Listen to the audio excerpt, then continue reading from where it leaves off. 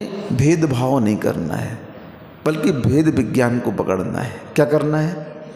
भेदभाव तो कसाय उत्पन्न करेगा और भेद विज्ञान क्या करेगा? तत्व को उपस्थित करेगा। तत्व क्या है उसे आपके सामने रखेगा।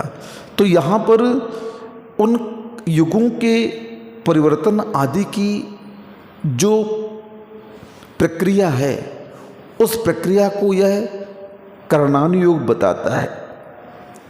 चूँकि युग के परिवर्तन के साथ साथ परिणामों में भी परिवर्तन आता तो है। काल का प्रभाव नहीं पड़ता ऐसा कह नहीं सकते हैं, काल का प्रभाव भी पड़ता तो है। अब उस काल के प्रभाव से बचे कैसे? तो बचने का यही उपाय है, द्रव्य स्रोत के शरण में आइए। आप तत्वों का चिंतन करिए, भावनाओं का आप पाठ करके उनका चिंतन करिए, साधुओं का समागम करिए। चूँकि सत्य सभी को सुहाता नहीं है। संबंध सच्चाई पे नहीं अच्छाई पे चलते हैं। किस में चलते हैं? सच्चाई पे तो संबंध बिगड़ जाते हैं। क्या हो जाते हैं? अरे इसने सच बोल दिया ने दुश्मन बन गया। और अच्छा अच्छा बोलते रहो तो क्या होता है? संबंध चलता रहता है। लेकिन नहीं, अच्छा ज़्यादा मीठा मीठा खाने से भी बीमारियां हो जाती हैं। थोड़ा सा रोना भी खाना चाहिए, कड़वा भी खाना चाहिए, चरपरा भी खाना चाहिए। आयुर्वेद कहता है सठ रस लेना चाहिए। कैसे लेना चाहिए? सठ रस पचाने की जिसकी शक्ति होती है वह जठराग्नि अच्छी मानी जाती है। अगर एक भी रस नहीं पच रहा है तो आपका शरीर कमज़ोर है। कैसा है? हाँ, ऐसे ही सम्यक दृष्टि के लिए कह दिया कि शरीर के लिए सठ रस पचाने की शक्ति को अच्छा माना गया है। वैसे ही सभी प्रकार के शब्दों को सहन करने का जो प्रयास करता है वही आगे बढ़ पाता है। हमारे यहाँ पुरस्कार परिचय भी है, ज्ञान परिचय भी है, अज्ञान परिचय भी है, तिरस्कार भी है, सब कुछ दिया, आक्रोश भी दिया, सब कुछ दिया। क्योंकि आपको मीठे वचन से भी प्रभावित किया जाएगा, आपको कड़वे वचनों से भी उत्तेजित किया जाएगा। परिणाम के आपको किससे प्रभावित करेगा व्यक्ति? या तो मीठे वचनों से या कड़वे वचनों से। दोनों को 22 परिसरों में रख दिया। किस में रख दिया? हे श्रमण, ये दोनों शब्द हैं। क्या है? दोनों शब्द हैं और शब्द का कार्य प्रभाव करना है, प्रभावित करना है। क्या करना है? और तुम्हारा कार्य है उनसे प्रभावित नहीं होना। वह बुरे रूप में आएगा, गाली गलौज के रूप में आएगा, अपशब्द के रूप में आएगा तो आक्रोश दिलाएगा, कसाय उत्पन्न करेगा। राग भरे शब्दों के रूप में आएगा तो भी आपके अंदर गुदगुदी करेगा, आपको अंदर से खुशी बनाएगा। अरे ये अच्छा बोल रहा, अच्छा बोल रहा। नहीं, ये दोनों शब्द बंध के कारण बनेंगे आपके। क्या करें? शब्दों के प्रभाव में मत आओ, सत्य को देखो। किसको देखो? अब हम अंदर से तो बहुत करिया हैं, बुरे हैं। अब बाहर से तुम हमारा बहुत प्रशंसा कर दो, इससे क्या होता है? बताओ क्या होता है इससे? कई बार बड़े बड़े गुंडे लोग रहते हैं, नेता लोग रहते हैं, अब अंदर से वो बहुत क्रूर हैं। कैसे हैं? छल कपट करने वाले हैं, अहित करने वाले हैं। अब बाहर में दबदबा इतना है, उनका प्रभाव इतना है कि उनके आते ही लोग भैया जी, नेताजी जी, और कई तो पाँव पड़ते हैं भगवान जैसे। क्या करते हैं? भगवान जैसे पाँव पड़ते हैं उनके जाकर के, गुंडों के, नेताओं के। हम सोचते हैं ऐसा क्यों कर रहे हैं, ये पैर पकड़ के पड़ रहे हैं इनके। हाँ, प्रभावशाली हैं। क्या है? तो प्रभावशाली हैं तो सत्य के साथ हैं क्या? ये मुनियों की तो अवहेलना करेंगे, साधुओं को तो देखेंगे नहीं, साधर्मी की तो उपेक्षा करेंगे, निंदा करेंगे, समाज के व्यक्तियों को तो काटेंगे। नीचा गिराएंगे और उन नेताओं के पांव पड़ेंगे जा कर के। ये क्या है? मतलब वो सत्य हो गए, क्या हो गए? वो भगवान बन गए?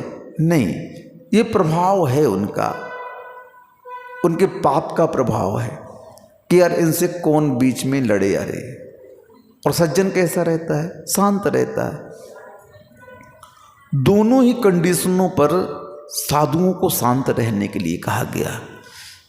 कर्णानु योग का अध्ययन कर रहे हैं और हम इस भेदभाव से बच ना पाएं तो फिर तुम्हारा भावना, तुम्हारा विचार, तुम्हारे परिणाम बदल नहीं सकते हैं। परिणामों का परिवर्तन कब माना जाएगा? कि जब ऐसे निमित्त मिलने पर आप उनसे प्रभावित ना हो, तब आपका शास्त्र ज्ञान सही माना जाएगा। शास्त्र तो पढ़ लिया, कर्णानु योग ने बता दिया आपके लिए, तो अब उसका प्रयोग कब होगा? जब निमित्त मिलेंगे। निमित्त के मिलते ही बस परिसुडभ्या परिसहा, उसे सही है। आप क्या करिए? निर्जरा करनी है तो क्या करना है आपको? उन परिसरों को सहो। आप शक्ति नहीं है फिर भी सहो, शक्ति बढ़ेगी सहने से। इसीलिए साधुओं को सहिष्णु बनने के लिए कहा है। क्या कहा है? सहिष्णु बनो, सहो, हर चीज को सहो। आप प्रशंसा को भी सहो, निंदा को भी सहो। कई बार शिष्य आचार्यों की अविनय कर देते हैं। क्या कर देते हैं? बहुत अच्छे आचार्य हैं, चारित्रवान हैं, ज्ञानवान हैं, तपोवृद्ध हैं, और शिष्य कैसा है? अविनयी है। कर दिया उसने जाकर के अविनय आचार्य का। फिर भी आचार्य उस शिष्य की उस बातों को ज़्यादा ध्यान नहीं देते, शांत रहते। क्यों? अभी मैं जवाब दूंगा तो मैं भी अविनयी बन जाऊंगा, इसलिए इसने कह दिया अभी इसको समझाने का मौका नहीं है, अभी शांत रहो। मैंने देखा है उत्तेजित होकर के गुरुजी को कई बार कई लोग कुछ भी बोल जाते हैं, आचार्य महाराज सुनते रहते हैं। अभी तुम्हारा दिन है, तुम्हारा समय है, बोल लो, लेकिन जब मैं बोलूँगा तो तुम्हारी बोलती बंद हो जाएगी। और प्रायः मैंने देखा गुरुदेव को बोलने की आवश्यकता पड़ती ही नहीं है। उनके सामने जो कुछ बोल के जाता है उसका परिणाम, उसका अंजाम उसे स्वयं मिल जाता है, चाहे अच्छे के रूप में हो और चाहे बुरे के रूप में हो। दोनों अंजाम हमने देखे हैं, लेकिन दोनों में आचार्य महाराज शांत रहते हैं। शांत क्यों रहते हैं? वो निमित्त को पहचानते हैं कि ये निमित्त मेरे परिणाम को उत्तेजित करने के लिए आया है। किस लिए आया है? हाँ, अब मैं इतनी शिक्षा दे रहा हूँ तो मैं इन निमित्तों को नहीं पहचानूँ, इनसे ना बचूँ, तो फिर मेरी शिक्षा देने का प्रयोजन क्या हुआ? तो यहाँ पर जब वह निमित्त मिलते हैं, उन निमित्तों के मिलने पर ही अपनी प्रज्ञा का उपयोग करना चाहिए, अपने ज्ञान का उपयोग करना चाहिए। सब चीज को सहो सहो सहो, तभी सहिष्णुता अंदर आपके प्रकट होगी, तभी आप शक्तिशाली बन सकते हो। एक बार विवेकानंद जी ने एक व्यक्ति से पूछा, विदेशी था, बोले कोई तुम्हें एक तमाचा मारता है तो उस समय दोनों हाथ जेब में रखने की शक्ति अच्छी मानी जाएगी या तमाचा मार देना अच्छा माना जाएगा? उस समय हाथों को जेब में रखना कठिन है कि तमाचा मार देना कठिन है? क्या कठिन है? किसी ने तुमको एक तमाचा मारा तो उस समय दोनों हाथों को जेब में डालना कठिन है या पलट करके एक तमाचा देना कठिन है? बताओ मुझे, क्या कठिन है? कठिन है ना? तो बोले कठिन कार्य करो, सरल कार्य तो कोई भी कर लेता है। कठिन कार्य करो, जेब में हाथ डालो। कहाँ हाथ डालो? उसके प्रत्युत्तर में कुछ आप जवाब मत दो। उसने जो कुछ कहा है अगर तुमने उस समय सुन लिया तो जीत तुम्हारी होगी।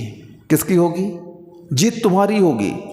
उसको एक दिन झुकना पड़ेगा, आज नहीं तो कल, लेकिन उसके लिए तुम्हें पहले से मौन रहना पड़ेगा। उसकी क्रिया की प्रतिक्रिया नहीं करनी होगी तुम्हें। प्रतिक्रिया कर दी तो फिर वह आपका जो स्वभाव है उससे आप स्खलित हो गए, गिर गए उससे आप। उसी समय उस कार्य के लिए मौन हो जाओ, शांत हो जाओ, कोई जवाब मत दो, आप जीत जाओगे। एक बार, 2 बार, 10 बार इस प्रयत्न को आप करके देखिए, इसका परिणाम क्या निकलेगा। कुछ दिन बाद लोग आपको अच्छा कहने लगेंगे, ये बहुत अच्छे हैं। मैंने कई बार इन्हें गाली दी, निंदा की, लेकिन इन्होंने कभी भी जवाब नहीं दिया। बस आप पढ़े लिखे नहीं हो, कोई बात नहीं। आप ज़्यादा समझदार नहीं हो, कोई बात नहीं। बस हर कार्य में मौन हो जाओ। क्या हो जाओ? हाँ, मौन व्यक्ति अच्छे अच्छे ज्ञानी को पराजित कर देता है। शास्त्र में किसे पराजित कर देता है? हाँ, मौनम सर्व साधनम साधकम। मौन से बड़ा साधना इस संसार में कोई है ही नहीं। क्यों? हम जान गए, इन शब्दों का जादू हम देख चुके हैं। चाहे निंदा के रूप में आए, चाहे अच्छे के रूप में आए, किसी भी रूप में आए, उसमें नुकसान तो हमारा ही होना है। किसका होना है? हाँ, खरबूजा चाहे चक्कू में गिरे और चक्कू चाहे खरबूजे में गिरे, कटना किसे है? खरबूजे को। शब्द तो अच्छे हैं और शब्द बुरे हैं, लेकिन प्रभावित कौन होगी इससे? आत्मा। तो आत्मा को इसके प्रभाव से बचना है। अर्घावतारण असि प्रहारण में सदा समता धरे। क्या करें? अर्घावतारण असि प्रहारण। चाहे कोई तुम्हारा अर्घ उतारे या कोई तुम्हें असि यानी तलवार मारे, दोनों में क्या करना है? बस यही शास्त्र का निचोड़ है।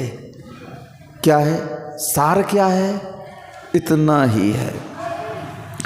इस प्रकार से युग के परिवर्तन के बारे में यह कर्णानी योग बताता है कि किस प्रकार से उत्सर्पणी अवसर्पणी के कारण ये कल्पकाल होता है।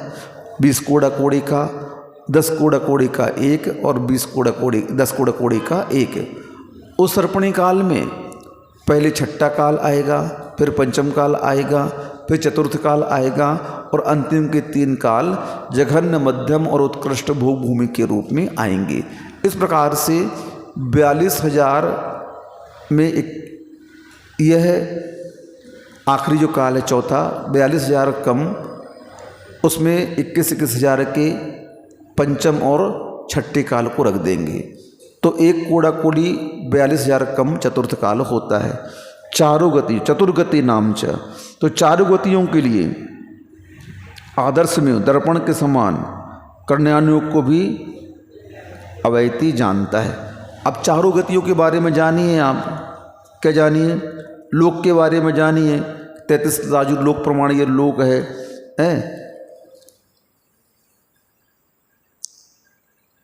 आकाश को बता दिया आपके लिए। हाँ, तो जितना भी इस लोक का विस्तार है, जगत श्रेणी, जगत प्रतर, जगत श्रेणी, द्वीप, समुद्र, पर्वत आदि विस्तार को यह सब बताता है कर्णानी योग। इसमें गणित के सूत्रों का भी कथन होता है और गुणस्थान, मारणा स्थान, जीव समास आदि के बारे में भी यह विस्तृत रूप से बताता है कि आप किस गुणस्थान में हैं। देखो, मैंने पहले कहा था कि सम्यक दर्शन जब प्राप्त होता है तो अंतरंग कारण कर्णानी योग के अनुसार ही बनता है। किसके अनुसार बनता है? दर्शन मोहिनी की छपना और अनंतरमंदी कसाय की विषय योजना, ये 7 प्रकृतियों का 6 उपसम की प्रक्रिया करणानु योग के अनुसार घटती है। किसके अनुसार घटती है? मूल सम्यक दर्शन की आंतरिक प्रक्रिया जो है इसी अनुयोग के अनुसार मानी जाएगी। बाह्य में तो जो लक्षण बताए आपके लिए, माप्तागम तपोभृताम श्रद्धानम परमार्थाना, तो ये जो है ना, ये बाह्य लक्षण के रूप में कहा गया है कि सच्चे देवगुरु शास्त्र की भक्ति पूजा आराधना करना, 3 मूर्ताओं से रहित, 8 मदों से रहित, 8 गुणों से सहित, ये तो बाह्य लक्षण के रूप में कह दिया सम्यक दर्शन। अंतरंग मूल 7 प्रकृतियों का 6 उपसम और 6 उपसम होता है। वह किसके अनुसार बनेगा? करणानु योग के अनुसार बनेगा। गुण स्थान आदि क्या है आपका, किसके अनुसार जानेंगे? मार्गणा क्या है, किसके अनुसार जानेंगे? किस गति में आप हो, किस गति में हो आप, कौन बताएगा? अन्य समाज को नहीं मालूम ये सब चीज़ें, अन्य दर्शन को नहीं मालूम गुण स्थान क्या होता है, गतियाँ क्या होती हैं। हाँ, ये जैन दर्शन की ही विशेषता है। ये इतना सूक्ष्म वर्णन जैन दर्शन ने किया, गमनागमन से लेकर के आप कहाँ जन्म लेंगे, आप कहाँ पर हो, लोक का विस्तार कैसा है, ये जगत श्रेणी, जगत प्रतर, ये क्या है, द्वीप समुद्र आदि जो विभाग किए गए अपने यहाँ, त्रिलोक परिणति, त्रिलोक सार आदि में, तत्वार सूत्र आदि में, ये कहीं भी नहीं मिलते हैं ऐसा वर्णन पढ़ने में। जैन आगम की ही विशेषता है ये। इसीलिए इस संसार के बारे में, भूगोल के बारे में पूरा वर्णन इस जैन आगम के अंतर्गत आता है। तो ये सब कर्मों के उदय, उपसम, 6 उपसम, 6 आदि संबंधी जो प्रकृतियां हैं उनकी चर्चा भी इसी अनुयोग में आती है कि हम कैसे उन कर्मों की प्रकृतियों को 6 उपसम कर सकते हैं। सत्ता क्या है, तो कर्मकांड आदि जो ग्रंथ हैं, त्रिलोक परिणति आदि जो ग्रंथ हैं, ये सब इसी सठखंडागम, सब इसी ग्रंथ के अनुयोग कहे जाते हैं, इसी अनुयोग के ग्रंथ कहे जाते हैं जो सिद्धांत का आपका वर्णन करने वाले होते हैं। तो इन सिद्धांत ग्रंथों को जब हम पढ़ते हैं तभी हम अपनी वास्तविक स्थिति को निकाल सकते हैं। इन सिद्धांतों के माध्यम से ही हम अपनी ऑन पोजीशन निकाल सकते हैं कि वर्तमान में हम कहाँ हैं, इन परिणामों के साथ मरेंगे तो कहाँ जाएंगे, इन परिणामों के साथ कार्य करेंगे तो संसार में रहते हुए पुण्य पाप से बचाने वाला ये अनुयोग है। क्योंकि आपके सामने परिभाषाओं के माध्यम से इस अनुयोग ने हर चीज को सूक्ष्म रूप से वर्णित कर दिया। हर चीज को, कोई भी ऐसा सब्जेक्ट नहीं बचता है सिद्धांत का, गुण स्थान का, मार्गणा का और जीव समास आदि का, उदय, उपसम, 6 उपसम, 6, ये सब कुछ वर्णन इसके अंतर्गत आ जाता है। इसको पढ़ना, समझना, इसका आरूढ़न करना बहुत कठिन होता है। हम लोग जब गुरुदेव के साथ थे तो वहाँ पर तो सिद्धांत इन्हीं धवला आदि ग्रंथ की वाचना चलती थी। नए नए दीक्षा, अब धवल ग्रंथ चल रहे हैं, सिर के ऊपर से जाते थे, क्या पढ़ा रहे गुरुजी, हम तो हाथ जोड़े बैठे रहते थे। बाबा वाक्य प्रमाणम, गुरुदेव जो कह रहे हैं वही सत्य है। मुझे तो ये आ ही नहीं रहा समझ में, क्योंकि ठस बुद्धि थी, वैसे ही हम ज़्यादा समझदार थे नहीं, अभी भी नहीं है, ज़्यादा पढ़े लिखे हम शुरू से नहीं है। तो हम सोचते थे कितना विशेष वर्णन चलता है गुरुदेव के मुख से कि कितना ज्ञान 6 उपसम गुरुदेव का है। वहाँ पर पढ़ते जाते, यहाँ पर व्याख्यान चलता जाता, एक एक पैराग्राफ को लेकर के 2-2, 3-3 दिन निकाल देते थे व्याख्यान में आचार्य श्री। पता नहीं कहाँ कहाँ से तत्वों का चिंतन करके प्रस्तुत करते, सामने रखते, उनका उदाहरणों के माध्यम से उनको स्पष्ट करते, समझाते। कुछ महाराज हमारे यहाँ बहुत सिद्धांत के जानने वाले थे, तर्क वितर्क चलता, सुनने में आनंद आता कि देखो क्या चल रहा है। समझ में क्या आया महाराज? बहुत आनंद आया, लेकिन समझ में कुछ नहीं आया। मैं तो यही कहता था, आचार्य श्री बहुत आनंद आया आज तो क्लास में। अच्छा क्या समझ में आया? समझ में तो कुछ नहीं आया, आनंद बहुत आया आज। बोले इसी का नाम विशुद्धि परिणाम है। हाँ, बहुत आनंद आता था वहाँ पर गुरुदेव के सामने। लगता था कि सुनते रहे 1.5 घंटे की क्लास ऐसे निकल जाती थी, पता नहीं चलता था। गुरुदेव अभी भी कुंडलपुर जी में इतनी व्यस्तता के बाद भी सुबह सुबह भक्ति के बाद ठंड में आचार्य महाराज पूरे 1 घंटे तत्वों का चिंतन देते थे। नए नए विषयों को रखते थे जो आगम में नहीं मिलते थे, कहाँ से ढूंढ करके लाते थे। हम लोग तो लेट पहुँचे तो कुछ समझ में नहीं आया क्या चल रहा है, लेकिन फिर भी जितने दिन रुके उतने दिन बड़ा आनंद आया सुनने में गुरुदेव के मुख से। ऐसा लगता था सुनते जाओ। और उनका भी नेचर मैंने देखा, गुरुदेव का, उबते नहीं है कभी भी, थकते नहीं है कभी भी व्याख्यान करते समय। हम लोग तो फिर भी सुनते ओम बीच में बोलते थे हमारे प्रसाद सागर महाराज जी पूज्यवर, ओम हाँ पता है समय हो गया आप लोगों का, लेकिन सुनो तो पहले, थोड़ा सुन तो दो। ओम करते करते 15-20 मिनट और आगे गाड़ी बढ़ जाती थी। हाँ, चलता रहता था व्याख्यान। जब तक अपने विषय की पुष्टि नहीं करते गुरुदेव तब तक रुकते नहीं थे, चलता रहता था उनका यह क्रम। इसी को तो अभीक्ष ज्ञानोपयोगी कहते हैं। कभी भी ज्ञान के व्याख्यान में, ज्ञान के अध्ययन में, अर्जन में ज्ञानी लोग थकते नहीं हैं। उनका तो ये डाइट है, खुराक है। क्या है? हाँ, सम्यक ज्ञानी की सही खुराक यही है, श्रुत है। इसी अनुयोगों में अपनी बुद्धि को, अपने उपयोग को, अपने भावों को लगाते रहते हैं, आलोड़न करते रहते हैं, कुछ नया मिल जाए। और जैसे ही कुछ नया मिलता है तो ऐसा लगता है सबको दे दें, बांट देते हैं सबको बैठ करके। मुनियों को अलग, आरिकाओं को अलग, सबको अलग अलग वो तत्वों का विश्लेषण, रहस्य देते रहते हैं। तो इस प्रकार से इन ग्रंथों का समागम इस अनुयोग में आता है। और जो इस अनुयोग को समझ लेता है, कर्णानुयोग को, वह बड़ा बुद्धिमान माना जाता है। जैसे आप लोग लौकिक विषय पढ़ते हैं तो मैथ साइंस को आप लोग ज़्यादा महत्व देते हैं, तीक्ष्ण बुद्धि वाला ही मैथ और ये पढ़ सकता है। ऐसे ही जो कर्णानुयोग का विषय है ये बहुत तीक्ष्ण बुद्धि वाले, जिसकी प्रज्ञा बहुत तेज चलती है, जिसका ज्ञान बहुत तेज चलता है, वही इस अनुयोग में प्रवेश कर पाता है। क्योंकि इन भौगोलिक स्थितियों को समझने में दिमाग खराब हो जाता है। ये नदियाँ इतनी हैं, पर्वत इतने हैं, ये नदी इस दिशा से निकली है, हम तो पूरा भूल जाते हैं कि कौन कौन नदी से, कौन कौन पर्वत से कौन कौन नदी निकली है और किस किस दिशा में गई है। हाँ, हमारे अतुल सागर महाराज जी इसमें बहुत होशियार हैं। उनका ज्ञान इस कर्णानुयोग में बहुत चलता है।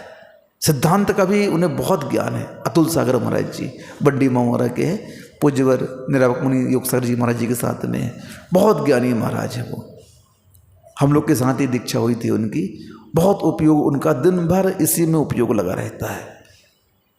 3 लोक के नक्शे की व्याख्या तो इतनी अच्छी करती हैं वो, और बनवाते भी हैं बच्चों से। वो बच्चों से बनवाते भी हैं, थर्माकोल में, कांच में, लकड़ी में, ऐसे सब बनाओ, उन्हें सिखाते हैं ताकि कम से कम ये तो ज्ञात रहे कि हम किस लोक में हैं। जैन धर्म में 3 लोक का क्या महत्व है, बस ये नक्शा देख करके कुछ नहीं होता है, उसको जानो उसके अंदर क्या है।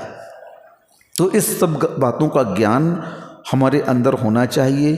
कर्मों की प्रगतियाँ उदय रूप में क्या करती हैं, उपसम रूप में क्या करती हैं, क्षय कैसे होता है, उसका क्षय उपसम कैसे होता है, ये सब बातों का ज्ञान इस अनुयोग का अध्ययन करने से ही हमें आएगा। इसलिए द्रव्य श्रुत के इस अनुयोग का जो अध्ययन करता है उसकी प्रज्ञा बहुत तीक्ष्ण हो जाती है, बहुत बुद्धिमान माना जाता है, और फिर परिणामों को पकड़ने में वह होशियार हो जाता है। इस अनुयोग की ही कृपा है जो परिणामों को पकड़ने की कला सिखाता है। तो हमें भी इस अनुयोग के बारे में बहुत अच्छी तरह से पढ़ना चाहिए। कुछ पढ़ो न पढ़ो, लेकिन मारणा, जीव स्थान आदि 24 ठाणा का अध्ययन तो आप लोगों को करना ही चाहिए। उसमें पूरी इस आत्मा की गति के बारे में बताया जाता है कि आत्मा कैसे कैसे परिणमन करती है और किस किस परिणामों से आत्मा नीचे जाती है और किस परिणामों से आत्मा का गमन ऊर्ध्वस्वाभी बनता है। तो इस प्रकार से इस द्रव्य सुख का जो आलोड़न करता है वही ध्यान में, चिंतन में इनका आधार लेकर के अपने उस ध्यान को शुक्ल ध्यान में बदलता है। क्योंकि ध्यान में जो ऊपर बढ़ते हैं ज्ञानी, तो इन्हीं श्रुत का आलंबन लेकर के बढ़ते हैं।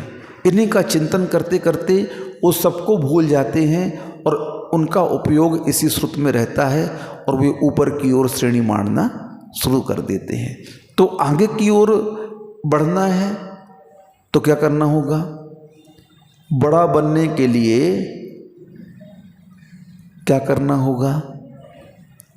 बड़ा बनने के लिए अपनी सोच को भी बड़ा बनाना पड़ेगा। क्या करना पड़ेगा? बड़ा बनने के लिए ऐसे बड़े नहीं बनोगे।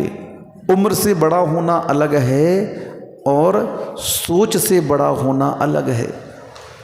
आप कैसे भी हो, पापी हो, अत्याचारी हो, दुराचारी हो, आयु आपको बड़ा बना देगी, उम्र आपको बड़ा बना देगी। लेकिन अच्छा बनने के लिए बड़ा बनना अलग बात है और अच्छा बनना अलग बात है। तो अच्छा बनने के लिए उम्र की कोई पाबंदी नहीं है। अच्छा बनने के लिए अच्छे विचारों की आवश्यकता है। इसलिए अपने विचारों को पकड़ने के लिए ऐसे द्रव्य सुख का हमें स्वाध्याय करना चाहिए। समझ में नहीं आ रहा कोई बात नहीं, आप लोगों को धवल ग्रंथ पढ़ने की योग्यता नहीं दी गई है, लेकिन कर्मकांड आदि आप लोग पढ़ सकते हो। सबका हिंदी में नीचे अन्वयार्थ लिखा हुआ है। अपन मूल नहीं पढ़ पाते हैं मान लो, तो कम से कम अन्वयार्थ एक बार वाचन तो करना ही चाहिए। कई बार ऐसा होता है कि वह सब्जेक्ट समझ में नहीं आता है तो उस ग्रंथों को आप लोग हाथ ही नहीं लगाते हैं। ऐसा नहीं, समझ में जो ग्रंथ नहीं आते हैं उन ग्रंथों को तो और पढ़ना चाहिए, क्योंकि जो समझ में नहीं आ रहा है तो समझ लो मूल तत्व तो उसी में है। किसमें है? हाँ, उसी में है। बार बार पढ़िए। ऐसा हो ही नहीं सकता कि एक दिन समझ में ना आए। कालिदास जैसे अनपढ़ लोग क्या बन जाते हैं? साहित्यकार बन जाते हैं, जिनको काखा कागा अंगा नहीं आता था। तो कोई भी वस्तु, कोई भी कार्य इम्पॉसिबल नहीं है। हर चीज़ पॉसिबल है, हर कुछ संभव है। लेकिन उस संभव को बनाने के लिए हमें अपने अंदर उत्साह और रुचि जागृत करनी पड़ेगी। उत्साह और रुचि जागृत हो गई तो आप हर कार्य को कर सकते हैं। कोई भी कार्य असंभव आपके जीवन में नहीं होगा। जिन वाणी के ज्ञान ते सूझे लुका लोग, सो वाणी मस्तक नमो सदा दे तो हूँ ढोक। हे जिनवाणी भारती तो ही जपो दिन रैन, जो तेरो शरणाग है सो पावे सुख चैन। देव भजूं अरिहंत को, गुरु सेवा निर्ग्रंथ, दया धर्म पालो सदा, यही मोक्ष का पंथ।